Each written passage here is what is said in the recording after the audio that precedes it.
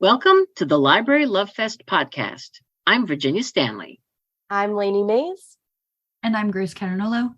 We are the library marketing team at HarperCollins Publishers. We bring librarians and great books together. Welcome and enjoy the show. Book Buzz, HarperCollins Book Buzz. Check it out. Book Buzz, HarperCollins Book Buzz. Brought to you by Library Love Fest. Hello, everyone. Welcome back to our Library Reads episode of the Library Love Fest podcast. I'm Lainey Mays from the HarperCollins the Library Love Fest team. We always do an AKA because we go by a couple of names, but we answer to all. We are so excited to be back for another round of Library Reads announcements. We have 2 books to tell you about today. We got the news this past week, I think. So exciting. Every time it comes into our inbox, we can't wait. For those of you who may not be as familiar, Library Reads is a selection of 10 books published in a month, voted on by librarians. So only 10 books out of the month of all the books published, they're voted for. The top 10 get selected. And then they have a couple of different things. They have the Hall of Fame. That's after you make it 3 times. The author still represented, but we have the top 10 list, it stays fresh. And then they have bonus picks and they have a nonfiction pick. But today we are here to reveal that our book, Rebecca Not Becky, by Christine Platt and Catherine Wigginton Greene, made the top 10 list for December 2023. Yay! And additionally, we also had great news. We have a Hall of Famer. Darby Kane enters the Hall of Fame with The Engagement Party. Yay! So previously, Darby Kane also made the Library Reads list for Pretty Little Wife in December 2020 and The Replacement Wife in December 2021. So with this 3rd pick, she is in the Hall of Fame now. So still available to get on the list in some way, just not on that top 10 list. It is a big honor, and they live there for a long time. There's a great archive on the Library Reads website. So without further ado, we're going to get to our most exciting part of this episode where we hear from the authors themselves. This is a acceptance speech from them, and we have both authors, actually all 3, because we have co-authors for the first book. All 3 have, I want to say written in, but they haven't written in. They've called in, they've submitted audio, and so they're talking in. I don't know. But let's hear from our first 2 authors for Rebecca Not Becky. Hi, everyone. This is Catherine Wigginton Greene, and along with Christine Platt, I am the co-author of Rebecca Not Becky. And oh my gosh, when we found out that we were selected as one of the top 10 picks, Library Read choices for December 2023, we were thrilled. We were actually on the phone together and super excited and overwhelmed. And I've been thinking about one of the reasons why I'm so excited about this. And to be honest, besides my family and my closest friends, I think probably librarians are the group of people that I'm most excited about if they like the book. We do creative projects and you can't really control how people receive it, but the validation and feedback that librarians like the book it just means a lot to me. You all read a lot and know a lot of titles, and I feel really honored to have been selected. And it got me thinking about how important libraries have been to me. I mean, not only did I actually spend quite a bit of time writing Rebecca Not Becky, or my chapters of Rebecca Not Becky at the public library in DC. I spent time at the Georgetown Public Library, at the Woodridge Public Library, at the Shaw Public Library, and the Lamond Riggs Public Library, all of which are in various parts of the city close to where either I live or I'm doing things with my kids. And I would sneak in and get a study room and write, because I couldn't always just stay in my house and in my writing cave. But also just thinking about my childhood and how much libraries meant to me. I grew up in Denver, Colorado, and I spent a lot of time in the Cherry Creek Public Library. My mom would take me as a kid, and I would then start going on my own. I loved the independence of going to the library myself and checking out books. I probably checked out every single Judy Blume book when I was younger, and then I moved on to Stephen King in my kind of dark and twisty phase as a kid, and then moved on to lots of other titles, lots of other authors, and spent a lot of time also at the downtown Denver Public Library, and then of course in college doing research, and it just means a lot to me. And I take my kids to the library all the time, and I also just really appreciate how these are spaces that, you let everybody in. And so many people are there, not just reading, but also accessing, computer software that they need for all sorts of things. And I just always really respect the space, and I feel grateful to be, part of that. So anyway, thank you so much for choosing our title.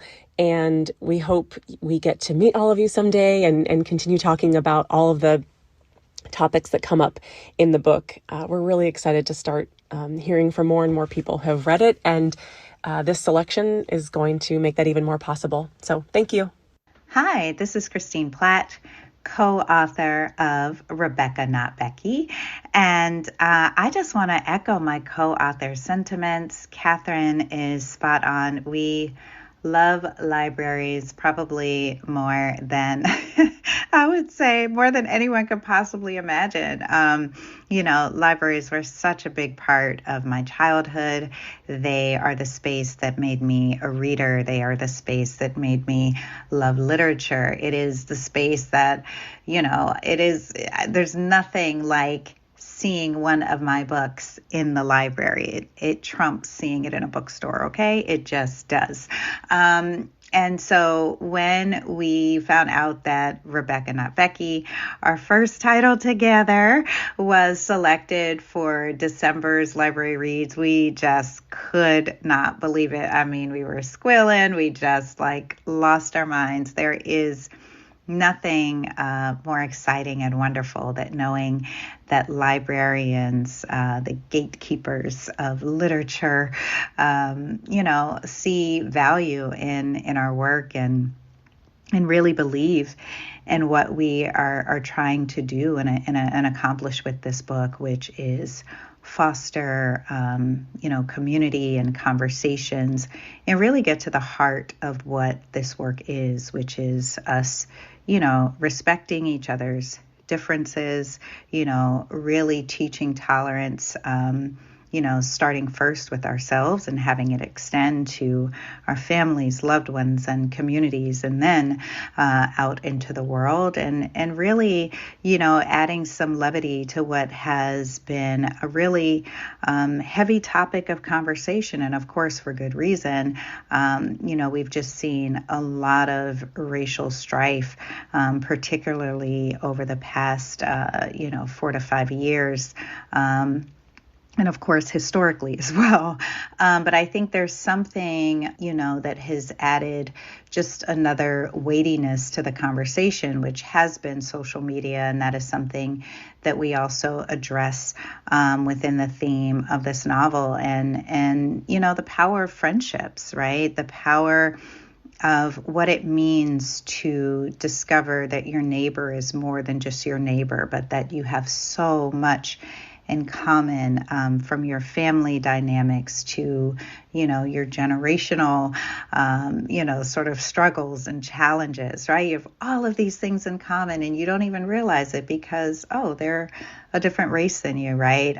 One of the things that, my co-author Catherine says so well is this is a book, again, that does not, it doesn't ignore race, right? We talk about all of the important things that we're all navigating and dealing with in our lives, and we don't ignore race. And that's something that we're extremely proud of. So thank you so much for selecting Rebecca Not Becky for Library Reads December 2023. Thank you so much. Oh, that's so kind. I love that she said it was so important to see the book in the library. I mean, that's really what all this is for. And this is only going to increase the want at the library, because a lot of people print out the library reads list and give it to patrons as they're coming in. So I know that it's going to be exciting to see even more books in the library. All right, let's hear from Darby Kane. Hi, I'm Darby Kane, author of The Engagement Party. I am incredibly honored that my December thriller release is a pick for the Library Reads Hall of Fame. My first two thrillers, my debut, Pretty Little Wife, and my second thriller, The Replacement Wife, were also Library Reads Picks. When HarperCollins delivered the good news about The Engagement Party, I actually gasped. I was so excited. This book is special to me because it's a bit of an ode to Agatha Christie and her book, And Then There Were None. That book started my lifetime love affair with what's referred to as locked-in thrillers. I'm not sure what it says about my mind, but the idea of trapping people together and unleashing their secrets really appeals to me. This honor means so much to me, not only because this pick is for the Hall of Fame, which honestly sounds so big and so amazing, but because libraries mean so much to me. I was someone who depended on my junior high school library for survival. The library was a safe space, and books were my refuge. Libraries and books in general are, in a sense, under fire right now. The idea that there may be someone out there like the younger me who's awkward and needs a place to escape to and would benefit from falling in love with books and might not have that opportunity is absolutely crushing. That's what makes what librarians do so important. You open up the world for your patrons, you change lives, in some cases you save lives. I appreciate all of your hard work and your knowledge and your deep love of books. Thank you so much for choosing The Engagement Party. I truly appreciate your support for my books and for reading in general.